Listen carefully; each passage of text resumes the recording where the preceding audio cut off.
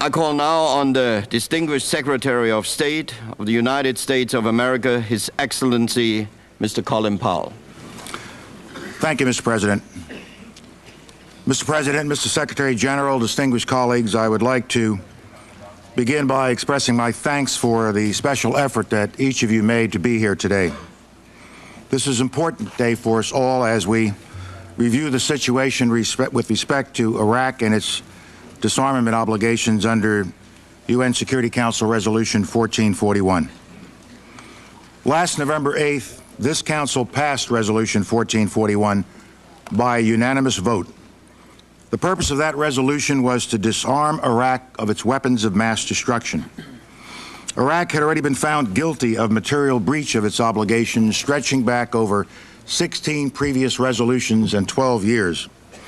Resolution 1441 was not dealing with an innocent party, but a regime this Council has repeatedly convicted over the years. Resolution 1441 gave Iraq one last chance to come into compliance or to face serious consequences.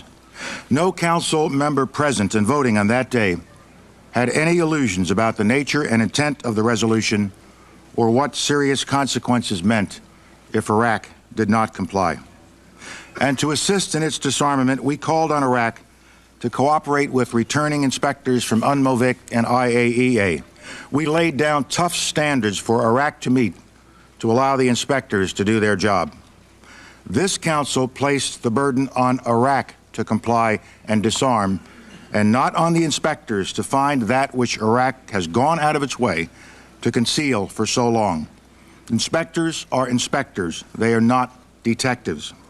I asked for this session today for two purposes. First, to support the core assessments made by Dr. Blix and Dr. El-Baradei. As Dr. Blix reported to this Council on January 27th, quote, Iraq appears not to have come to a genuine acceptance, not even today, of the disarmament which was demanded of it, unquote. And as Dr. El-Baradei reported, Iraq's declaration of December 7th, quote, did not provide any new information relevant to certain questions that have been outstanding since 1998. My second purpose today is to provide you with additional information to share with you what the United States knows about Iraq's weapons of mass destruction, as well as Iraq's involvement in terrorism, which is also the subject of Resolution 1441 and other earlier resolutions. I might add at this point that we are providing all relevant information we can to the inspection teams for them to do their work. The material I will present to you comes from a variety of sources. Some are U.S. sources and some are those of other countries. Some of the sources are technical, such as intercepted telephone conversations and photos taken by satellites. Other sources are people who have risked their lives to let the world know what Saddam Hussein is really up to. I cannot tell you everything that we know, but what I can share with you, when combined with what all of us have learned over the years, is deeply troubling. What you will see is an accumulation of facts and disturbing patterns of behavior. The facts in Iraq's behavior demonstrate that Saddam Hussein and his regime have made no effort to disarm as required by the international community. Indeed, the facts and Iraq's behavior show that Saddam Hussein and his regime are concealing their efforts to produce more weapons of mass destruction. Let me begin by playing a tape for you. What you're about to hear is a conversation that my government monitored. It takes place on November 26th of last year, on the day before United Nations teams resumed inspections in Iraq. The conversation involves two senior officers, a colonel and a brigadier general from Iraq's elite military unit, the Republican Guard.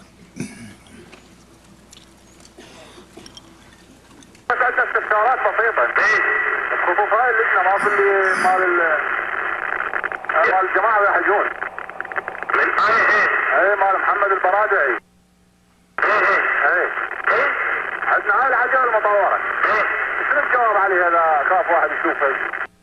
وش عندك واحد مطور؟ ما عندك مطورة؟ بلا عندي واحدة. يا مال شركة الكندي. ها؟ مال الكندي. ايه بسيطة ما كان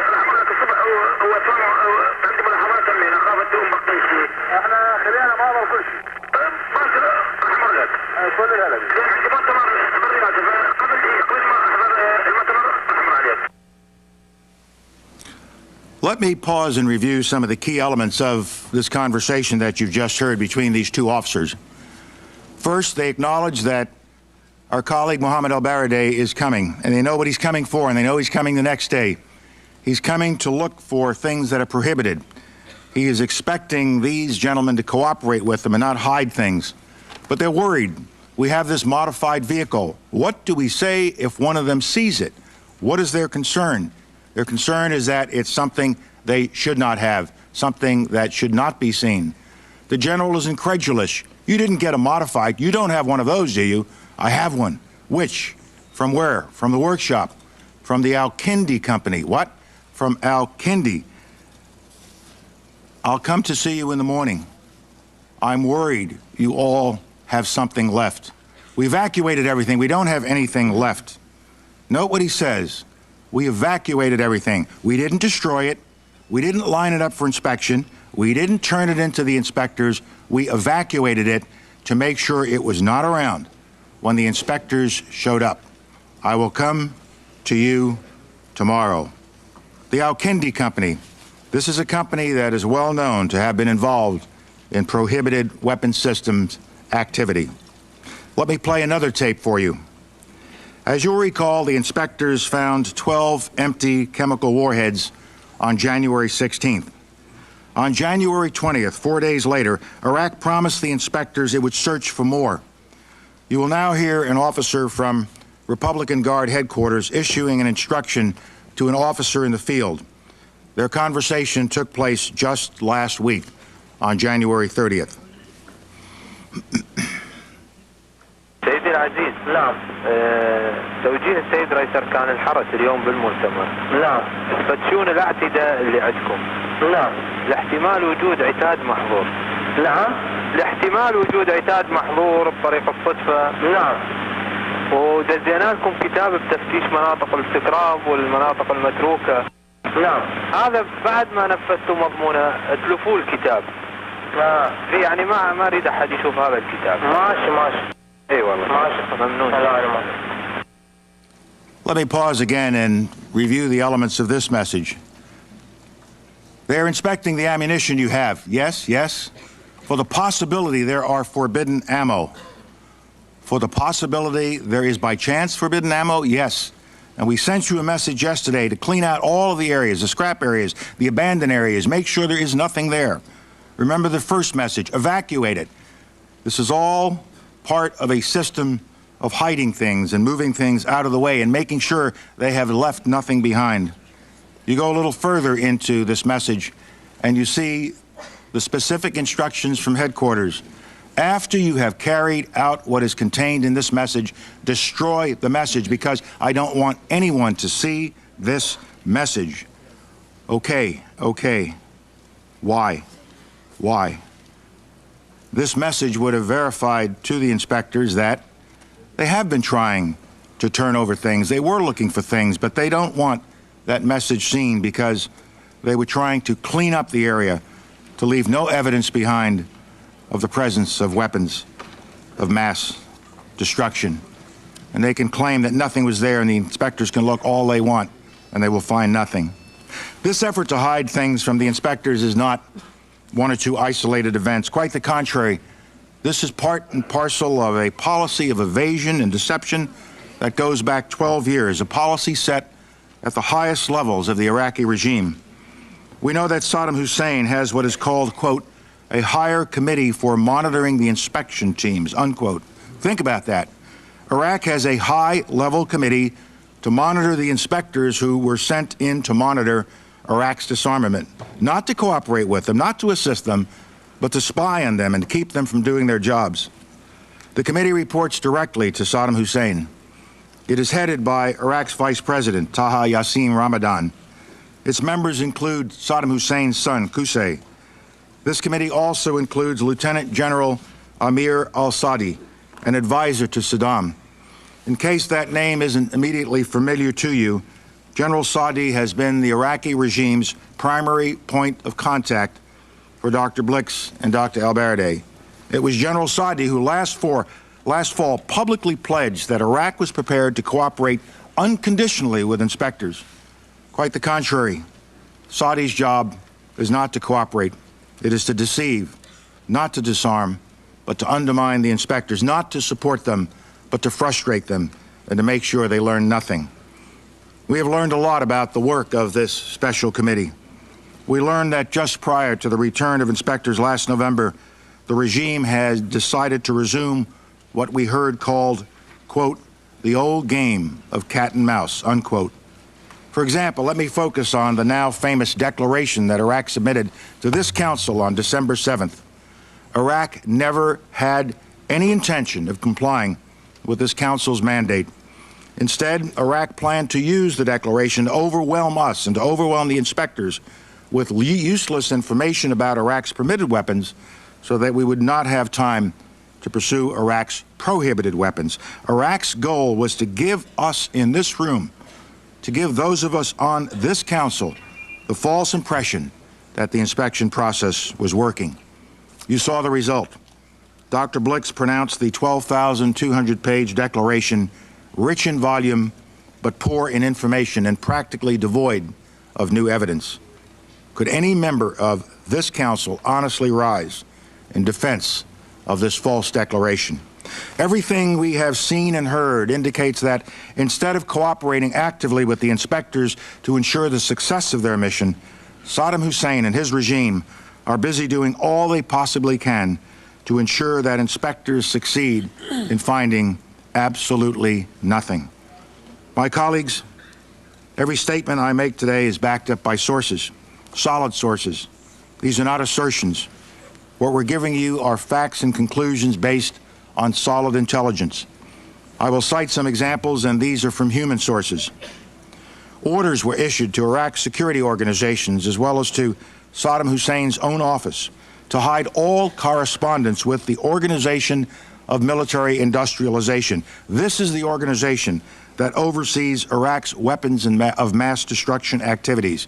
Make sure there are no documents left which would connect you to the OMI. We know that Saddam's son Qusay ordered the removal of all prohibited weapons from Saddam's numerous palace complexes. We know that Iraqi government officials, members of the ruling Ba'ath Party, and scientists have hidden prohibited items in their homes. Other key files from military and scientific establishments have been placed in cars that are being driven around the countryside by Iraqi intelligence agents to avoid detection.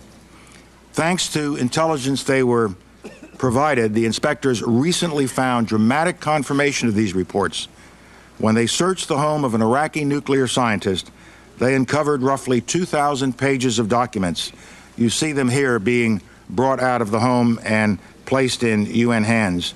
Some of the material is classified and related to Iraq's nuclear program.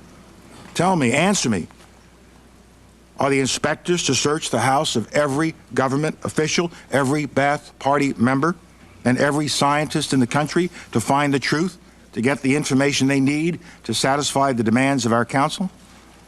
Our sources tell us that in some cases, the hard drives of computers at Iraqi weapons facilities were replaced. Who took the hard drives? Where did they go? What's being hidden? Why? There's only one answer to the why: to deceive, to hide, to keep from the inspectors. Numerous human sources tell us that the Iraqis are moving not just documents and hard drives, but weapons of mass destruction to keep them from being found by inspectors. While we were here in this council chamber debating Resolution 1441 last fall, we know from sources that a missile brigade outside Baghdad was dispersing rocket launchers and warheads containing biological warfare agent to various locations, distributing them to various locations in western Iraq. Most of the launchers and warheads had been hidden in large groves of palm trees and were to be moved every 1 to 4 weeks to escape detection.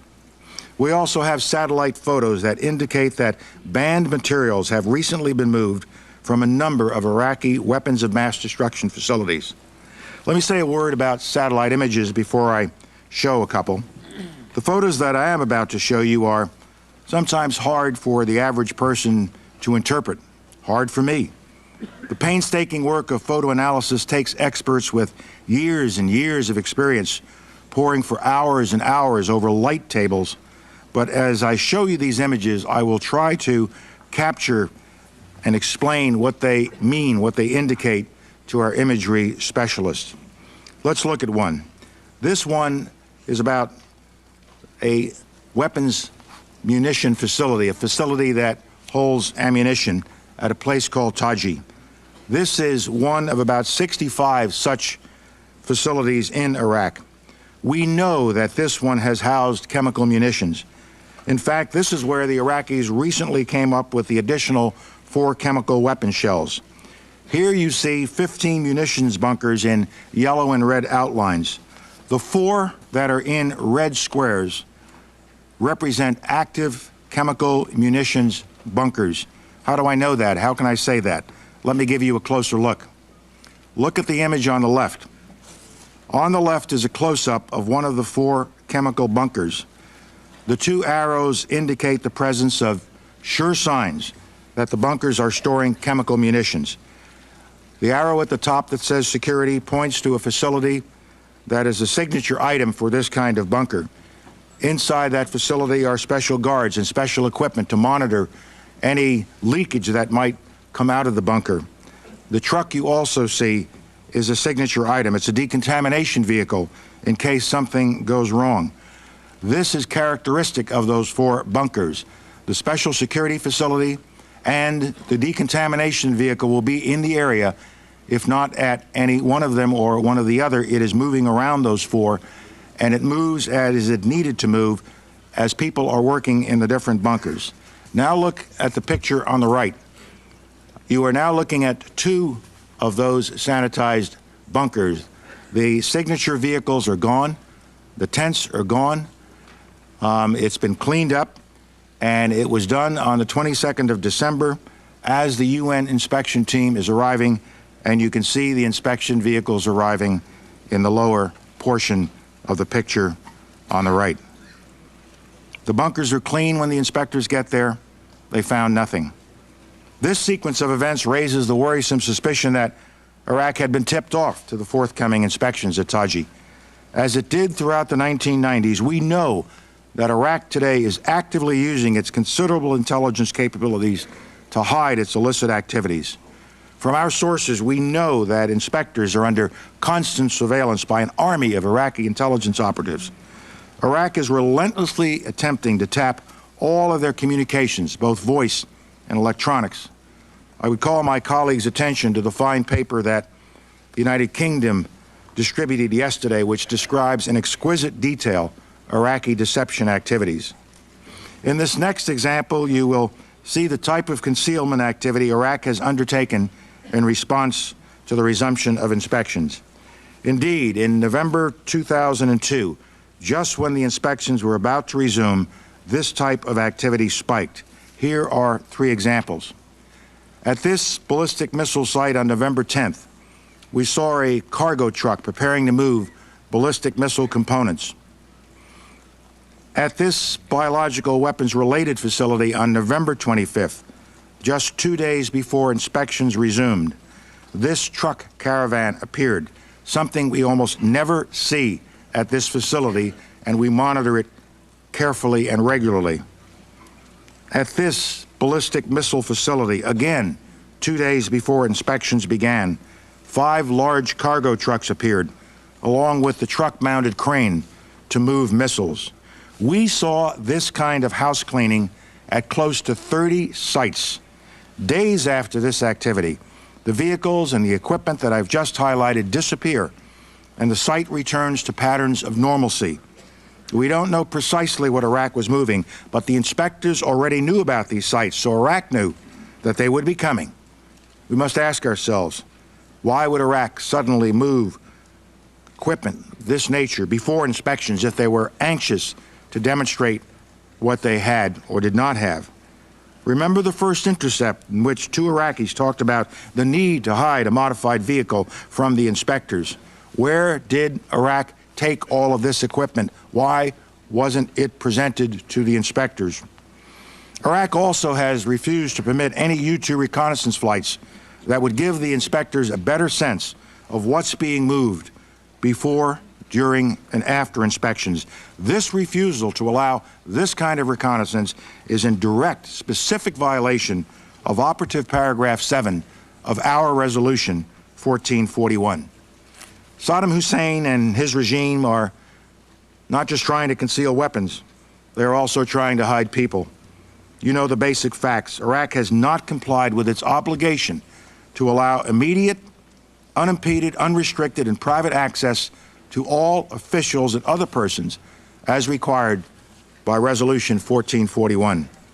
The regime only allows interviews with inspectors in the presence of an Iraqi official, a minder.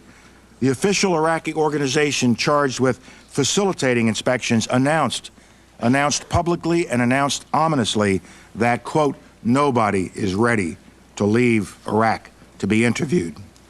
Iraqi Vice President Ramadan accused the inspectors of conducting espionage, a veiled threat that anyone cooperating with UN inspectors was committing treason.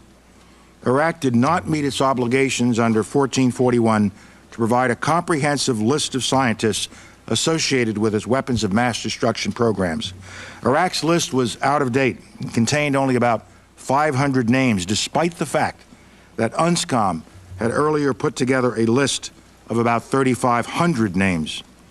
Let me just tell you what a number of human sources have told us. Saddam Hussein has directly participated in the effort to prevent interviews. In early December, Saddam Hussein had all Iraqi scientists warned of the serious consequences that they and their families would face if they revealed any sensitive information to the inspectors. They were forced to sign documents acknowledging that divulging information is punishable by death.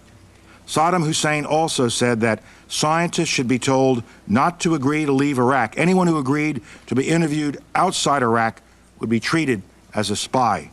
This violates 1441. In mid-November, just before the inspectors returned, Iraqi experts were ordered to report to the headquarters of the Special Security Organization to receive counterintelligence training.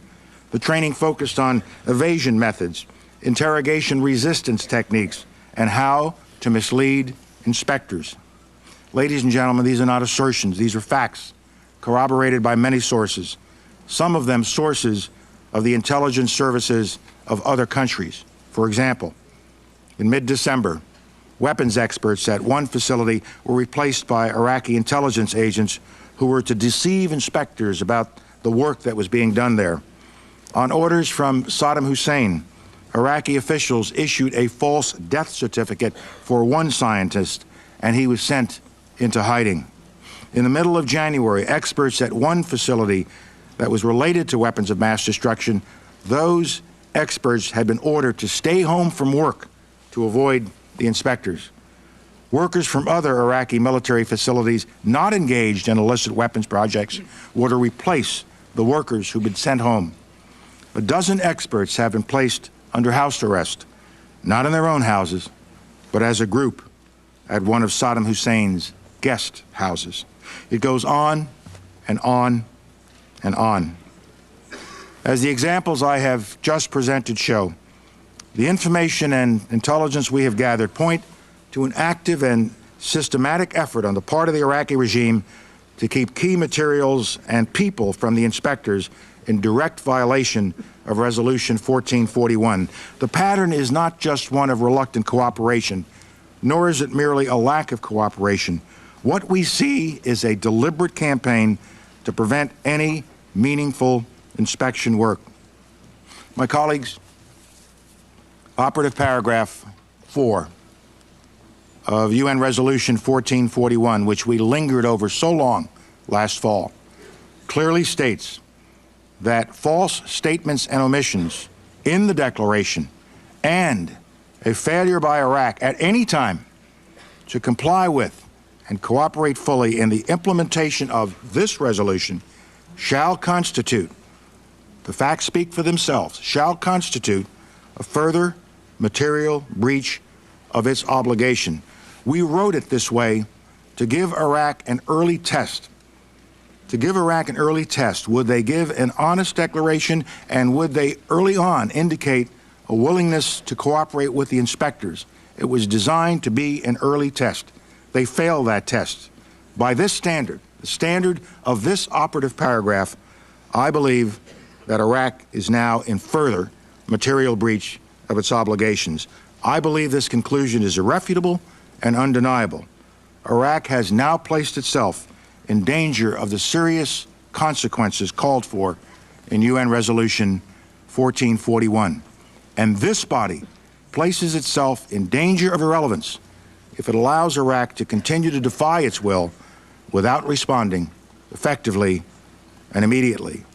The issue before us is not how much time we are willing to give the inspectors to be frustrated by Iraqi obstruction, but how much longer are we willing to put up with Iraq's noncompliance before we, as a council, we as the United Nations say, enough, enough. The gravity of this moment is matched by the gravity of the threat that Iraq's weapons of mass destruction pose to the world. Let me now turn to those deadly weapons programs and describe why they are real and present dangers to the region and to the world. First, biological weapons. We have talked frequently here about biological weapons. By way of introduction and history, I think there are just 3 quick points I need to make. First, you will recall that it took UNSCOM 4 long and frustrating years to pry an admission out of Iraq that it had biological weapons. Second, when Iraq finally admitted having these weapons in 1995, the quantities were vast. Less than a teaspoon of dry anthrax, a little bit about this amount. This is just about the amount of a teaspoon. Less than a teaspoonful of dry anthrax in an envelope shut down the United States Senate in the fall of 2001. This forced several hundred people to undergo emergency medical treatment and killed 2 postal workers just from an amount just about this quantity that was inside of an envelope. Iraq declared 8,500 liters of anthrax, but UNSCOM estimates that Saddam Hussein could have produced 25,000 liters. If concentrated into this dry form, this amount would be enough to fill tens upon tens of thousands of teaspoons. And Saddam Hussein has not verifiably accounted for even 1 teaspoonful of this deadly material. And that is my third point, and it is key. The Iraqis have never accounted for all of the biological weapons they admitted they had, and we know they had. They have never accounted for all the organic material used to make them, and they have not accounted for many of the weapons filled with these agents, such as their R-400 bombs. This is evidence, not conjecture. This is true. This is all well documented. Dr. Blix told this council that Iraq has provided little evidence to verify anthrax production and no convincing evidence of its destruction. It should come as no shock, then, that since Saddam Hussein forced out the last inspectors in 1998, we have amassed much intelligence indicating that Iraq is continuing to make these weapons. One of the most worrisome things that emerges from the thick intelligence file we have on Iraq's biological weapons is the existence of mobile production facilities used to make biological agents. Let me take you inside that intelligence file and share with you what we know from eyewitness accounts. We have first-hand descriptions of biological weapons factories on wheels and on rails. The trucks and train cars are easily moved and are designed to evade detection by inspectors. In a matter of months, they can produce a quantity of biological poison equal to the entire amount that Iraq claimed to have produced in the years prior to the Gulf War. Although Iraq's mobile production program began in the mid-1990s, UN inspectors at the time only had vague hints of such programs. Confirmation came later, in the year 2000. The source was an eyewitness, an Iraqi chemical engineer who supervised one of these facilities. He actually was present during biological agent production runs. He was also at the site when an accident occurred in 1998. 12 technicians died from exposure to biological agents. He reported that when UNSCOM was in country and inspecting, the biological weapons agent production always began on Thursdays at midnight because Iraq thought UNSCOM would not inspect on the Muslim holy day, Thursday night through Friday. He added that this was important because the units could not be broken down in the middle of a production run, which had to be completed by Friday evening before the inspectors might arrive again. This defector is currently hiding in another country with a certain knowledge that Saddam Hussein will kill him if he finds him. His eyewitness account of these mobile production facilities has been corroborated by other sources. A second source, an Iraqi civil engineer in a position to know the details of the program, confirmed the existence of transportable facilities moving on trailers. A third source, also in a position to know, reported in summer 2002 that Iraq had manufactured mobile production systems mounted on road trailer units and on rail cars. Finally, a fourth source, an Iraqi major who defected, confirmed that Iraq has mobile biological research laboratories in addition to the production facilities I mentioned earlier. We have diagrammed what our sources reported about these mobile facilities. Here you see both truck and rail car mounted mobile factories. The description our sources gave us of the technical features required by such facilities are highly detailed and extremely accurate. As these drawings, based on their description, show, we know what the fermenters look like. We know what the tanks, pumps, compressors, and other parts look like. We know how they fit together. We know how they work. And we know a great deal about the platforms on which they are mounted. As shown in this diagram, these factories can be concealed easily, either by moving ordinary-looking trucks and rail cars along Iraq's thousands of miles of highway or track, or by parking them in a garage or a warehouse or somewhere in Iraq's extensive system of underground tunnels and bunkers. We know that Iraq has at least 7 of these mobile biological agent factories. The truck-mounted ones have at least 2 or 3 trucks each. That means that the mobile production facilities are very few, perhaps 18 trucks that we know of. There may be more, but perhaps 18 that we know of. Just imagine trying to find 18 trucks among the thousands and thousands of trucks that travel the roads of Iraq every single day. It took the inspectors 4 years to find out that Iraq was making biological agents. How long do you think it will take the inspectors to find even one of these 18 trucks without Iraq coming forward, as they are supposed to, with the information about these kinds of capabilities? Ladies and gentlemen, these are sophisticated facilities. For example, they can produce anthrax and botulinum toxin. In fact, they can produce enough dry biological agent in a single month to kill thousands upon thousands of people. And dry agent of this type is the most lethal form for human beings. By 1998, UN experts agreed that the Iraqis had perfected drying techniques for their biological weapons programs. Now, Iraq has incorporated this drying expertise into these mobile production facilities. We know from Iraq's past admissions that it has successfully weaponized not only anthrax, but also other biological agents, including botulinum toxin, aflatoxin, and ricin. But Iraq's research efforts did not stop there. Saddam Hussein has investigated dozens of biological agents, causing diseases such as gas gangrene, plague, typhus, tetanus, cholera, camelpox, and hemorrhagic fever. And he also has the wherewithal to develop smallpox. The Iraqi regime has also developed ways to disperse lethal biological agents widely, indiscriminately, into the water supply, into the air. For example, Iraq had a program to modify aerial fuel tanks for Mirage jets. This video of an Iraqi test flight obtained by UNSCOM some years ago shows an Iraqi F-1 Mirage jet aircraft. Note the spray coming from beneath the Mirage. That is 2,000 liters of simulated anthrax that a jet is spraying.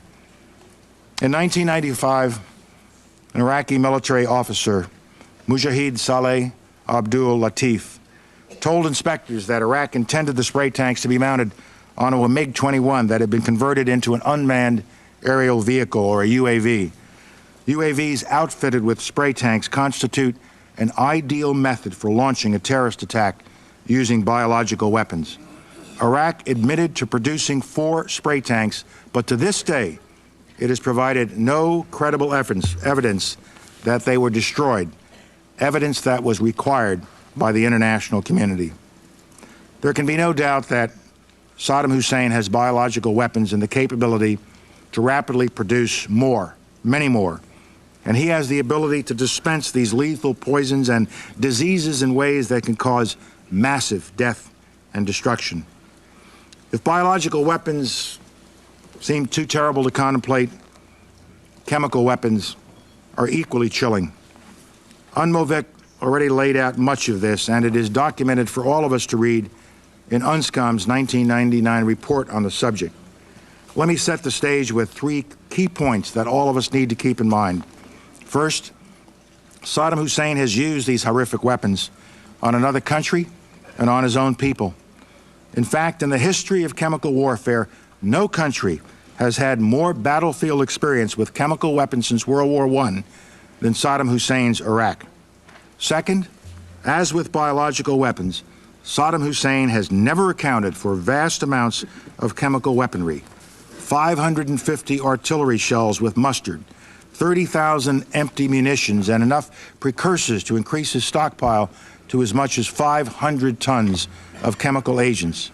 If we consider just one category of missing weaponry, 6,500 bombs from the Iran-Iraq War, UNMOVIC says the amount of chemical agent in them would be on the order of 1,000 tons. These quantities of chemical weapons are now unaccounted for. Dr. Blick says, quipped that, quote, mustard gas is not marmalade. You are supposed to know what you did with it. We believe Saddam Hussein knows what he did with it, and he has not come clean with the international community. We have evidence these weapons existed. What we don't have is evidence from Iraq that they have been destroyed or where they are. That is what we are still waiting for. Third point, Iraq's record on chemical weapons is replete with lies. It took years for Iraq to finally admit that it had produced 4 tons of the deadly nerve agent VX. A single drop of VX on the skin will kill in minutes. 4 tons. The admission only came out after inspectors collected documentation as a result of the defection of Hussein Kamel, Saddam Hussein's late son-in-law. UNSCOM also gained forensic evidence that Iraq had produced VX and put it into weapons for delivery. Yet to this day, Iraq denies it had ever weaponized VX.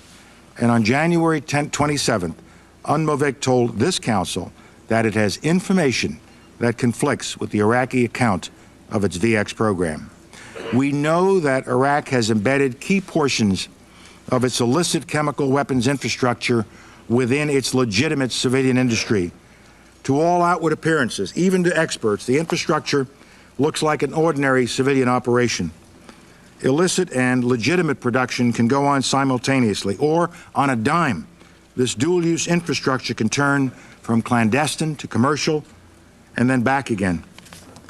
These inspections would be unlikely, any inspections of such facilities would be unlikely to turn up anything prohibited, especially if there is any warning that the inspections are coming. Call it ingenious or evil genius, but the Iraqis deliberately designed their chemical weapons programs to be inspected. It is infrastructure with a built-in ally. Under the guise of dual-use infrastructure, Iraq has undertaken an effort to reconstitute facilities that were closely associated with its past program to develop and produce chemical weapons. For example, Iraq has rebuilt key portions of the Tariq state establishment. Tariq includes facilities designed specifically for Iraq's chemical weapons program and employs key figures from past programs. That's the production end of Saddam's chemical weapons business. What about the delivery end? I'm going to show you a small part of a chemical complex called Al-Musayib, a site that Iraq has used for at least 3 years to transship chemical weapons from production facilities out to the field. In May 2002, our satellites photographed the unusual activity in this picture. Here we see cargo vehicles are again at this transshipment point, and we can see that they are accompanied by a decontamination vehicle associated with biological or chemical weapons activity.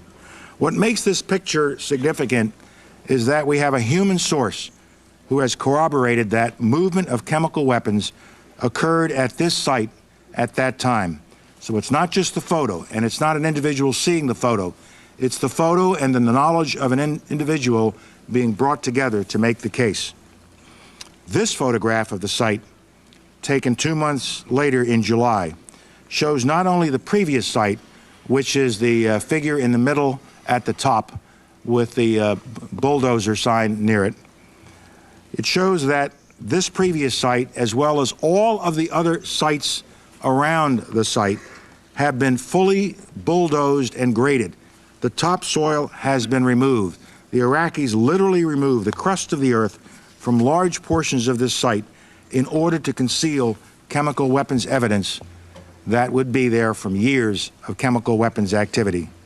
To support its deadly biological and chemical weapons programs, Iraq procures needed items from around the world using an extensive clandestine network. What we know comes largely from intercepted communications and human sources who are in a position to know the facts. Iraq's procurement efforts include equipment that can filter and separate microorganisms and toxins involved in biological weapons, equipment that can be used to concentrate the agent, growth media that can be used to continue producing anthrax and botulinum toxin, sterilization equipment for laboratories, glass-lined reactors and specialty pumps that can handle corrosive chemical weapons agents and precursors, large amounts of thionyl chloride, a precursor for nerve and blister agents, and other chemicals such as sodium sulfide, an important mustard agent precursor. Now, of course, Iraq will argue that these items can also be used for legitimate purposes. But if that is true, why do we have to learn about them by intercepting communications and risking the lives of human agents? With Iraq's well-documented history on biological and chemical weapons, why should any of us give Iraq the benefit of the doubt? I don't, and I don't think you will either after you hear this next intercept. Just a few weeks ago, we intercepted communications between two commanders in Iraq's 2nd Republican Guard Corps. One commander is going to be giving an instruction to the other. You will hear as this unfolds that what he wants to communicate to the other guy, he wants to make sure the other guy hears clearly, to the point of repeating it so that it gets written down and completely understood. Listen. الو الو الو تفضل سيدي. الو اخي ابراهيم سيدي. ابراهيم شلونك؟ الله يسلمك سيدي. شلون صرتك؟ الله يحفظك. شلون صرت؟ خير الحمد لله سيدي. نقي ابراهيم. نعم سيدي. الحين نكتب يمك. اي صيد. الو الو تفضل سيدي. مرحبا ابراهيم. نعم سيدي. نقي ابراهيم. وياك سيدي. رفع عبارة عوامل الاعصاب. عوامل الاعصاب اينما وردت تلقى التعليمات اللاسلكية. في التعليمات اللاسلكية. زيني؟ صار. Let's review a few selected items of this conversation. Two officers talking to each other on the radio want to make sure that nothing is misunderstood. Remove the expression, I got it. Nerve agents, wherever it comes up, got it, wherever it comes up, in the wireless instructions, in the instructions, correction, no, in the wireless instructions, wireless, I got it. Why does he repeat it that way? Why is he so forceful in making sure this is understood? And why did he focus on wireless instructions? Because the senior officer is concerned that somebody might be listening. Well, somebody was. Nerve agents. Stop talking about it. They're listening to us. Don't give any evidence that we have these horrible agents, but we know that they do, and this kind of conversation confirms it. Our conservative estimate is that Iraq today has a stockpile of between 100 and 500 tons of chemical weapons agent. That is enough agent to fill 16,000 battlefield rockets. even the low end of 100 tons of agent, would enable Saddam Hussein to cause mass casualties across more than 100 square miles of territory, an area nearly 5 times the size of Manhattan. Let me remind you that of the 122-millimeter chemical warheads that the UN inspectors found recently, this discovery could very well be, as has been noted, the tip of a submerged iceberg. The question before us all, my friends, is when will we see the rest of the submerged iceberg? Saddam Hussein has chemical weapons. Saddam Hussein has used such weapons. And Saddam Hussein has no compunction about using them again against his neighbors and against his own people. And we have sources who tell us that he recently has authorized his field commanders to use them. He wouldn't be passing out the orders if he didn't have the weapons or the intent to use them. We also have sources who tell us that since the 1980s, Saddam's regime has been experimenting on human beings to perfect its biological or chemical weapons. A source said that 1,600 death row prisoners were transferred in 1995 to a special unit for such experiments. An eyewitness saw prisoners tied down to beds, experiments conducted on them, blood oozing around the victims' mouths, and autopsies performed to confirm the effects of the prisoners on the prisoners. Saddam Hussein's inhumanity has no limits. Let me turn now to nuclear weapons. We have no indication that Saddam Hussein has ever abandoned his nuclear weapons program. On the contrary, we have more than a decade of proof that he remains determined to acquire nuclear weapons. To fully appreciate the challenge that we face today, remember that in 1991, the inspectors searched Iraq's primary nuclear weapons facilities for the first time, and they found nothing to conclude that Iraq had a nuclear weapons program. But based on defector information, in May of 1991, Saddam Hussein's lie was exposed. In truth, Saddam Hussein had a massive clandestine nuclear weapons program that covered several different techniques to enrich uranium, including electromagnetic isotope separation, gas centrifuge, and gas diffusion. We estimate that this illicit program cost the Iraqis several $billions. Nonetheless, Iraq continued to tell the IAEA that it had no nuclear weapons program.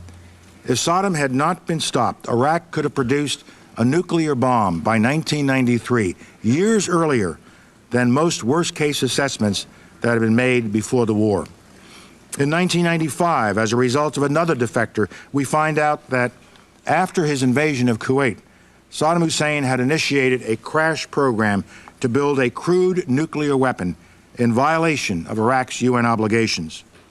Saddam Hussein already possesses 2 out of the 3 key components needed to build a nuclear bomb. He has a cadre of nuclear scientists with the expertise, and he has a bomb design. Since 1998, his efforts to reconstitute his nuclear program have been focused on acquiring the third and last component, sufficient fissile material to produce a nuclear explosion. To make the fissile material, he needs to develop an ability to enrich uranium. Saddam Hussein is determined to get his hands on a nuclear bomb. He is so determined that he has made repeated covert attempts to acquire high-specification aluminum tubes from 11 different countries, even after inspections resumed. These tubes are controlled by the Nuclear Suppliers Group precisely because they can be used as centrifuges for enriching uranium. By now, just about everyone has heard of these tubes, and we all know that there are differences of opinion. There is controversy about what these tubes are for. Most U.S. experts think they are intended to serve as rotors in centrifuges used to enrich uranium.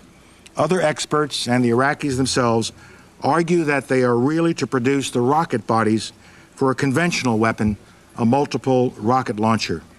Let me tell you what is not controversial about these tubes. First, all the experts who have analyzed the tubes in our possession agree that they can be adapted for centrifuge use. Second, Iraq had no business buying them for any purpose.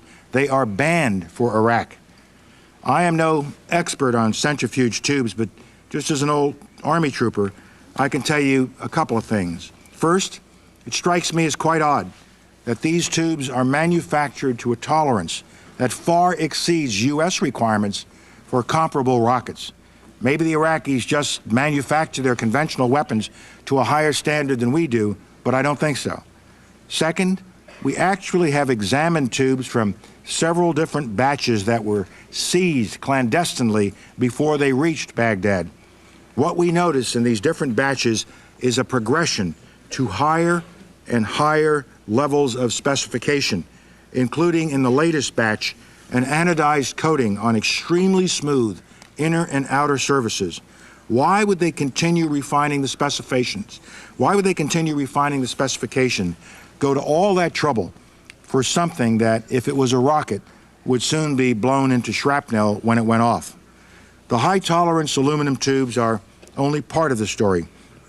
We also have intelligence from multiple sources that Iraq is attempting to acquire magnets and high-speed balancing machines.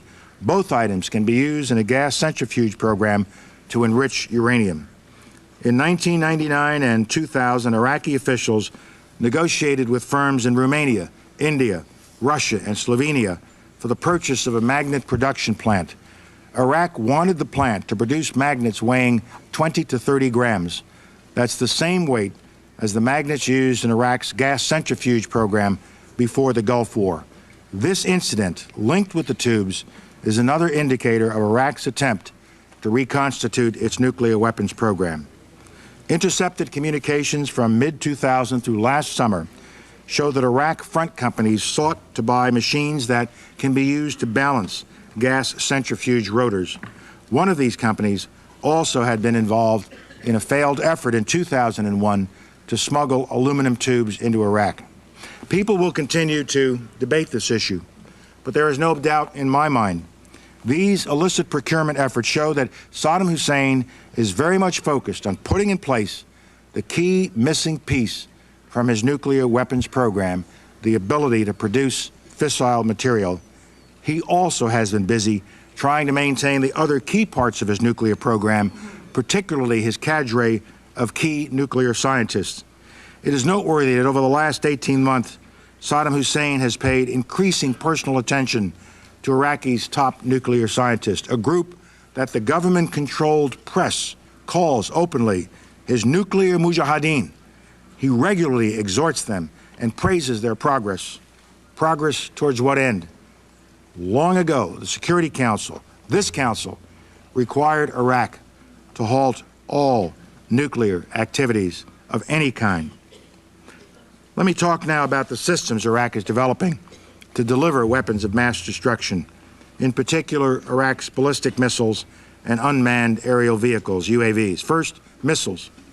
We all remember that before the Gulf War, Saddam Hussein's goal was missiles that flew not just hundreds but thousands of kilometers. He wanted to strike not only his neighbors, but also nations far beyond his borders.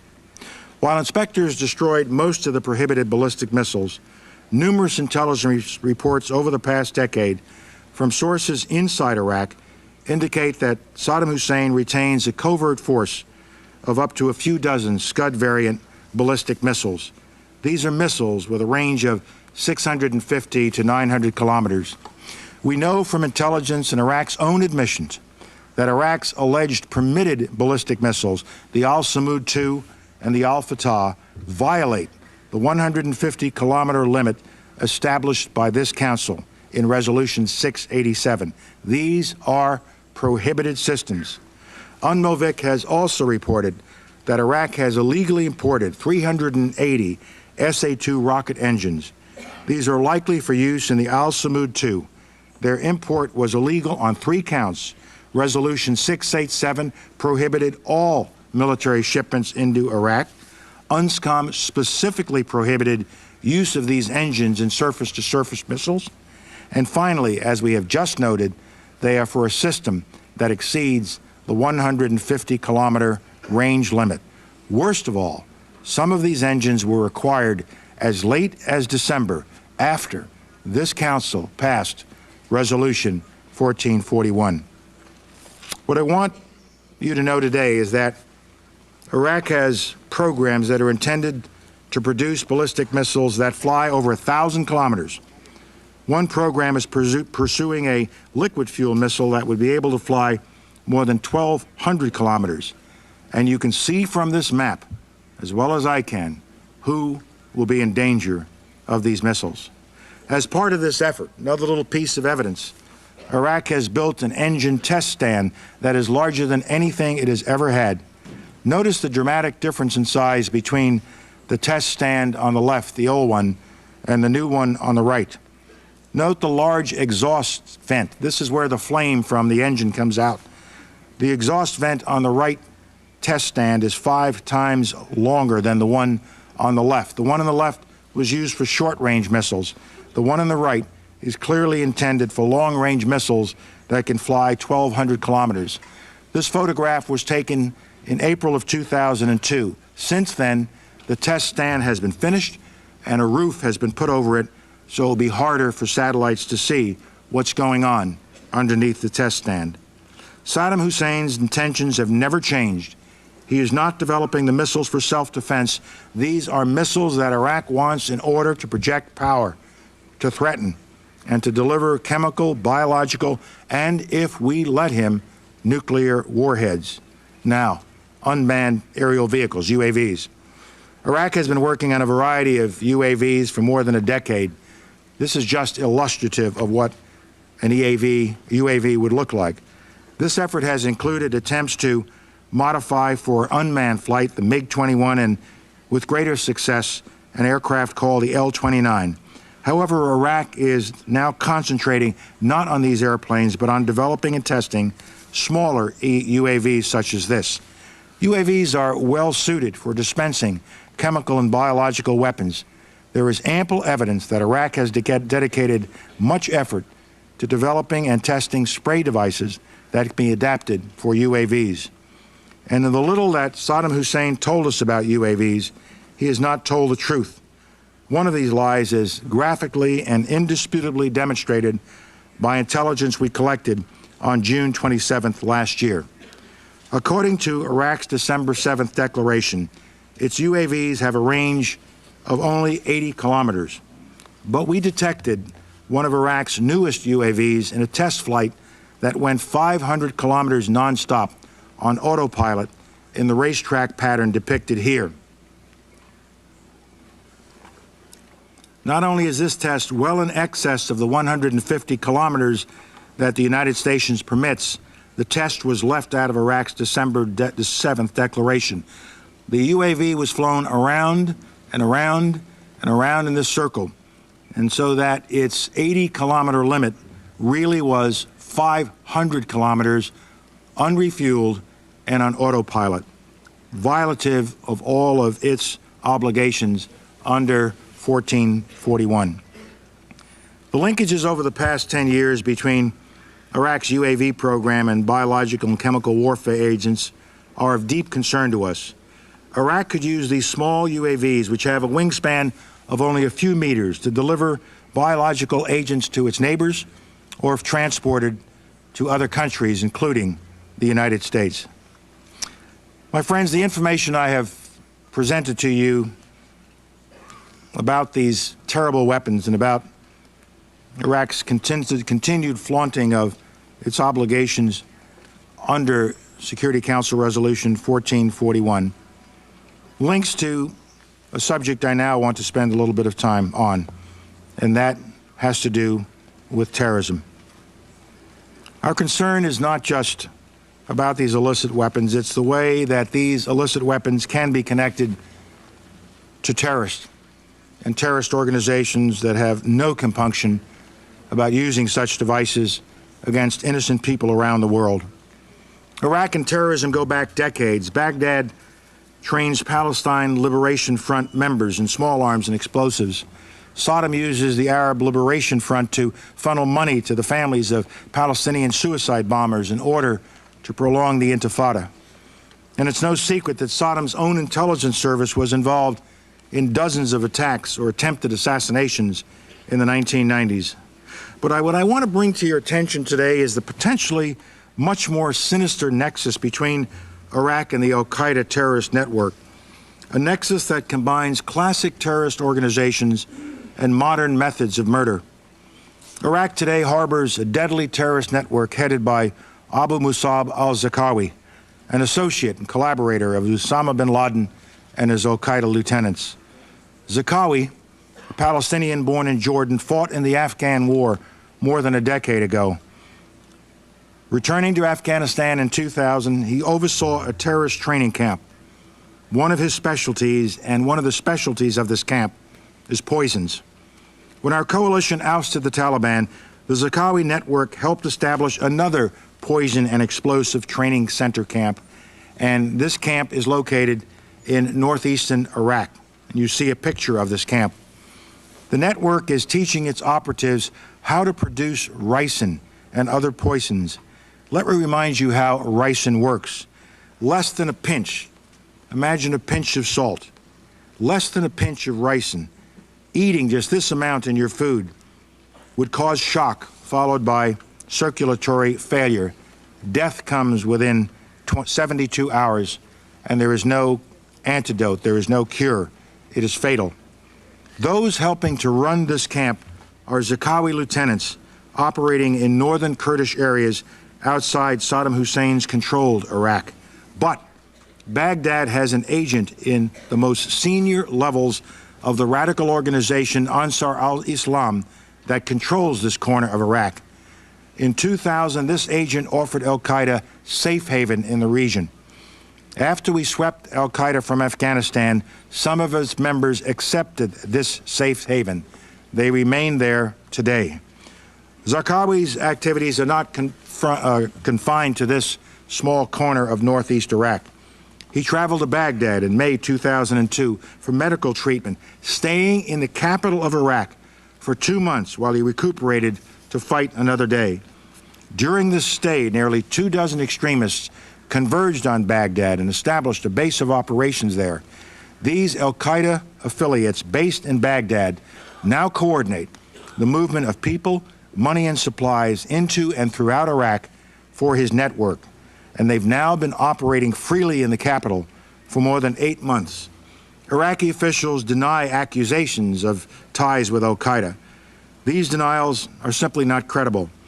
Last year, an al-Qaeda associate bragged that the situation in Iraq was, quote, good, that Baghdad could be transited quickly.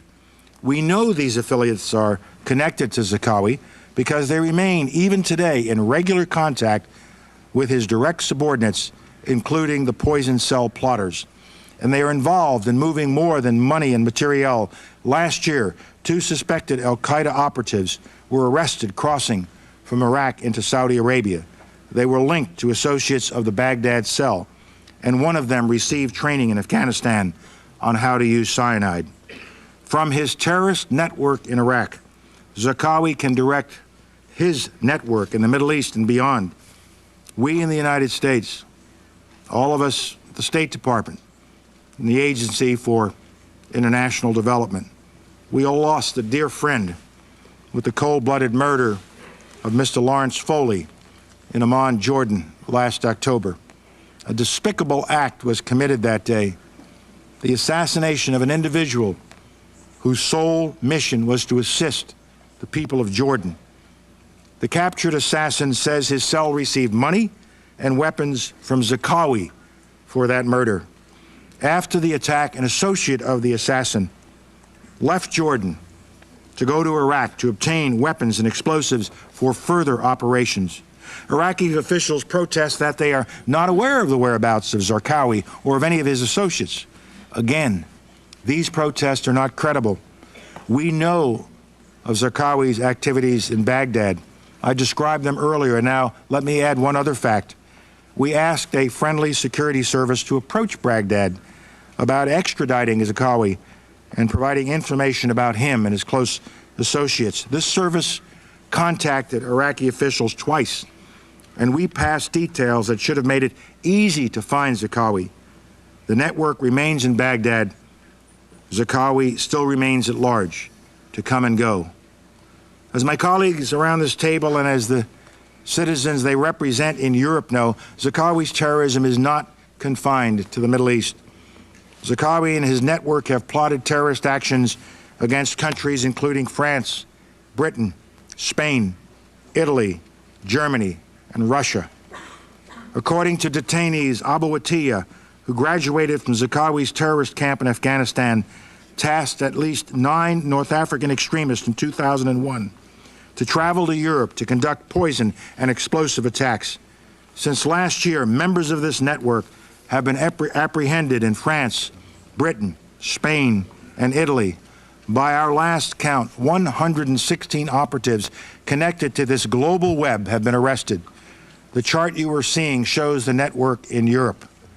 We know about this European network, and we know about its links to Zarqawi because the detainee who provided the information about the targets also provided the names of members of the network. 3 of those he identified by name were arrested in France last December. In the apartments of the terrorists, authorities found circuits for explosive devices and a list of ingredients to make toxins. The detainee who helped piece this together says the plot also targeted Britain. Later evidence again proved him right. When the British unearthed a cell there just last month, 1 British police officer was murdered during the disruption of the cell. We also know that Zarqawi's colleagues have been active in the Pankisi Gorge, Georgia, and in Chechnya, Russia. The plotting to which they are linked is not mere chatter. Members of Zarqawi's network say their goal was to kill Russians with toxins. We are not surprised that Iraq is harboring Zarqawi and his subordinates. This understanding builds on decades-long experience with respect to ties between Iraq and al-Qaeda. Going back to the early and mid-1990s, when bin Laden was based in Sudan, an al-Qaeda source tells us that Saddam and bin Laden reached an understanding that al-Qaeda would no longer support activities against Baghdad. Early al-Qaeda ties were forged by secret high-level intelligence service contacts with al-Qaeda, secret Iraqi intelligence high-level contacts with al-Qaeda. We know members of both organizations met repeatedly and have met at least 8 times at very senior levels since the early 1990s. In 1996, the Foreign Security Service tells us that bin Laden met with a senior Iraqi intelligence official in Khartoum and later met the director of the Iraqi intelligence service. Saddam became more interested as he saw al-Qaeda's appalling attacks. A detained al-Qaeda member tells us that Saddam was more willing to assist al-Qaeda after the 1998 bombings of our embassies in Kenya and Tanzania. Saddam was also impressed by al-Qaeda's attacks on the USS Cole in Yemen in October 2000. Iraqis continued to visit bin Laden in his new home in Afghanistan. A senior defector, one of Saddam's former intelligence chiefs in Europe, says Saddam sent his agents to Afghanistan sometime in the mid-1990s to provide training to al-Qaeda members on document forgery. From the late 1990s until 2001, the Iraqi embassy in Pakistan played the role of liaison to the al-Qaeda organization. Some believe, some claim these contacts do not amount to much. They say Saddam Hussein's secular tyranny and al-Qaeda's religious tyranny do not mix. I am not comforted by this thought. Ambition and hatred are enough to bring Iraq and al-Qaeda together, enough so al-Qaeda could learn how to build more sophisticated bombs and learn how to forge documents, and enough so that al-Qaeda could turn to Iraq for help in acquiring expertise on weapons of mass destruction. And the record of Saddam Hussein's cooperation with other Islamist terrorist organizations is clear. Hamas, for example, opened an office in Baghdad in 1999, and Iraq has hosted conferences attended by Palestine Islamic Jihad. These groups are at the forefront of sponsoring suicide attacks against Israel. Al-Qaeda continues to have a deep interest in acquiring weapons of mass destruction. As with the story of Zarqawi and his network, I can trace the story of a senior terrorist operative telling how Iraq provided training in these weapons to al-Qaeda. Fortunately, this operative is now detained, and he has told his story. I will relate it to you now as he himself described it. This senior al-Qaeda terrorist was responsible for one of al-Qaeda's training camps in Afghanistan. His information comes firsthand from his personal involvement at senior levels of al-Qaeda. He says bin Laden and his top deputy in Afghanistan, deceased al-Qaeda leader Mohammed Atif, did not believe that al-Qaeda labs in Afghanistan were capable enough to manufacture these chemical or biological agents.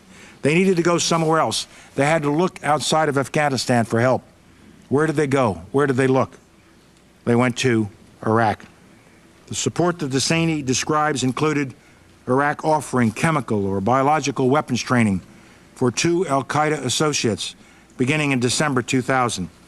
He says that a militant known as Abu Abdallah al-Iraqi had been sent to Iraq several times between 1997 and 2000 for help in acquiring poisons and gases. Abdullah al-Iraqi characterized the relationship he forged with Iraqi officials as successful. As I said at the outset, none of this should come as a surprise to any of us. Terrorism has been a tool used by Saddam for decades. Saddam was a supporter of terrorism long before these terrorist networks had a name. And this support continues. The nexus of poisons and terror is new. The nexus of Iraq and terror is old. The combination is lethal. With this track record, Iraqi denials of supporting terrorism take their place alongside the other Iraqi denials of weapons of mass destruction. It is all a web of lies. When we confront a regime that harbors ambitions for regional domination, hides weapons of mass destruction, and provides haven and active support for terrorists, we are not confronting the past. We are confronting the present. And unless we act, we are confronting an even more frightening future. My friends, this has been a long and a detailed presentation, and I thank you for your patience, but there's one more subject that I would like to touch on briefly, and it should be a subject of deep and continuing concern to this Council: Saddam Hussein's violations of human rights. Underlying all that I have said, underlying all the facts and the patterns of behavior that I have identified, is Saddam Hussein's contempt for the will of this Council, his contempt for the truth, and most damning of all, his utter contempt for human life. Saddam Hussein's use of mustard and nerve gas against the Kurds in 1988 was one of the 20th century's most horrible atrocities. 5,000 men, women, and children died. His campaign against the Kurds from 1987 to 89 included mass summary executions, disappearances, arbitrary jailing, ethnic cleansing, and the destruction of some 2,000 villages. He has also conducted ethnic cleansing against the Shia Iraqis and the Marsh Arabs, whose culture has flourished for more than a millennium. Saddam Hussein's police state ruthlessly eliminates anyone who dares to dissent. Iraq has more forced disappearance cases than any other country. Tens of thousands of people were reported missing in the past decade. Nothing points more clearly to Saddam Hussein's dangerous intentions and the threat he poses to all of us than his calculated cruelty to his own citizens and to his neighbors. Clearly, Saddam Hussein and his regime will stop at nothing until something stops him. For more than 20 years, by word and by deed, Saddam Hussein has pursued his ambition to dominate Iraq and the broader Middle East using the only means he knows: intimidation, coercion, and annihilation of all those who might stand in his way. For Saddam Hussein, possession of the world's most deadly weapons is the ultimate trump card, the one he must hold to fulfill his ambition. We know that Saddam Hussein is determined to keep his weapons of mass destruction. He's determined to make more. Given Saddam Hussein's history of aggression, given what we know of his grandiose plans, given what we know of his terrorist associations, and given his determination to exact revenge on those who oppose him, should we take the risk that he will not someday use these weapons at a time and a place and in a manner of his choosing, at a time when the world is in a much weaker position to respond? The United States will not and cannot run that risk to the American people. Leaving Saddam Hussein in possession of weapons of mass destruction for a few more months or years is not an option, not in a post-September 11th world. My colleagues, over 3 months ago, this Council recognized that Iraq continued to pose a threat to international peace and security, and that Iraq had been and remained in material breach of its disarmament obligations. Today, Iraq still poses a threat, and Iraq still remains in material breach. Indeed, by its failure to seize on its one last opportunity to come clean and disarm, Iraq has put itself in deeper material breach and closer to the day when it will face serious consequences for its continued defiance of this Council. My colleagues, we have an obligation to our citizens. We have an obligation to this body to see that our resolutions are complied with. We wrote 1441 not in order to go to war. We wrote 1441 to try to preserve the peace. We wrote 1441 to give Iraq one last chance. Iraq is not so far taking that one last chance. We must not shrink from whatever is ahead of us. We must not fail in our duty and our responsibility to the citizens of the countries that are represented by this body. Thank you, Mr. President. I thank the distinguished Secretary of State of the United States of America for his statement.